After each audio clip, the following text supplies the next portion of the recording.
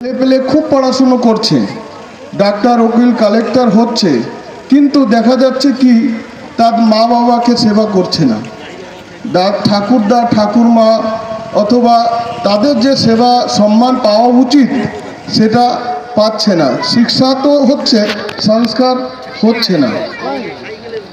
এই জন্যই বৃদ্ধজন পরিবার ফাউন্ডেশন সমাজে এমন একটা সমাজের স্থাপনা করতে চায় যে তারা যেন প্রতিটা মা বাবা তাদের সম্মানের জীবনযাপন করতে পারে, তাদের কোনো রকম অসুবিধা না হোক, তাদের জন্য তারা সন্তান যেন ভালোভাবে সেবা করে। একটা জাগরুক, একটু বলতে চাই, আমি একটু হিন্দি বলি তো, বেশি হিন্দি মিক্স হলে বুঝে নেবেন কথাটা।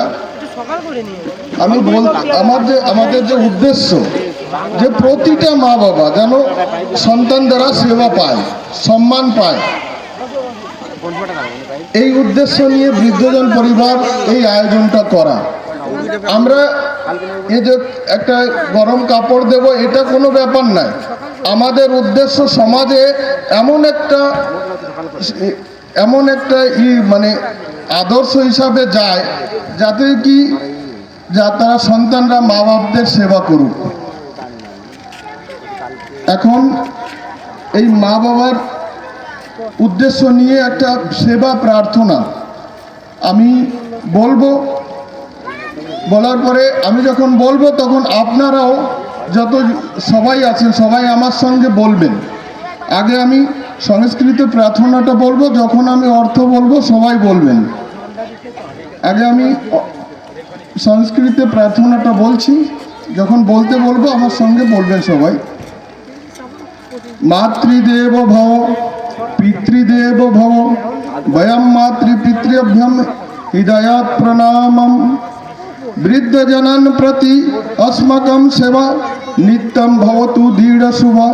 मातृपितृगुरुणा बंधे भक्तिर्भवतु हृदय स्थिता। ये अस्मान् पल्यातारभूता सुखाय जीवित बन्ति च। तेभ्यं स्वयते नित्यं मानय स्नेहे प्रणामकं। नमामि सर्वं वृद्धच्च श्रद्धया संपूर्ण मनसा। तेषां सुखाय अस्माकं कर्म भवतु सदा समर्पितं। मातृपितृसेवाय नित्यं देवता पूजन सन्निभा। न तस्य पूजा व्रत तीर्थ सेवायं पुण्यमेवेहि। এখন আমি যেটা এর অর্থটা বলবো আপনার আমার সঙ্গে সঙ্গে একটু বলবেন, সবাই বলবেন।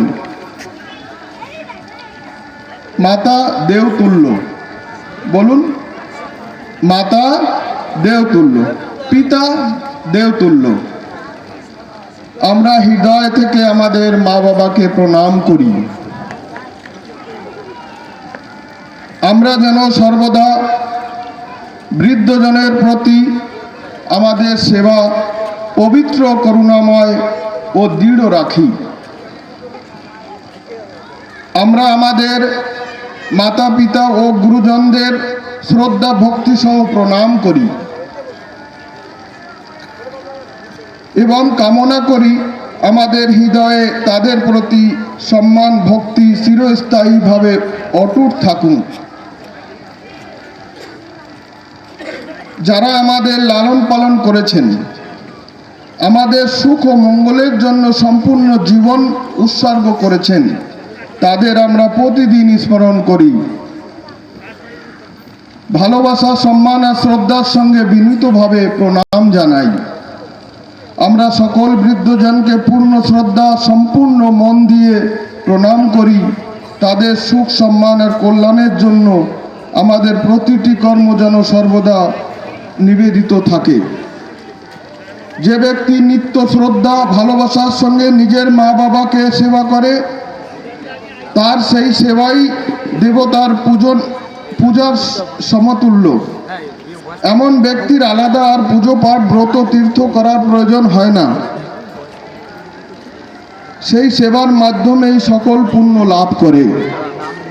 বলার উদ্দেশ্য এইটুকুই, যদি আমরা অনেক তীর্থব্রত করি, পুজো পাঠ করি, গান করি, দান ধর্ম করি, ঘরে যদি বৃদ্ধ মাতা পিতা কষ্ট পায়, তাদের যদি আমরা সেবা না করি তাদের জন্য আমরা সম্মান না করি, প্রণাম না করি, তাহলে আমাদের দ্বারা যত পুজো পাঠ করি সবই ব্যর্থ, ওর কোনো ফল হবে না।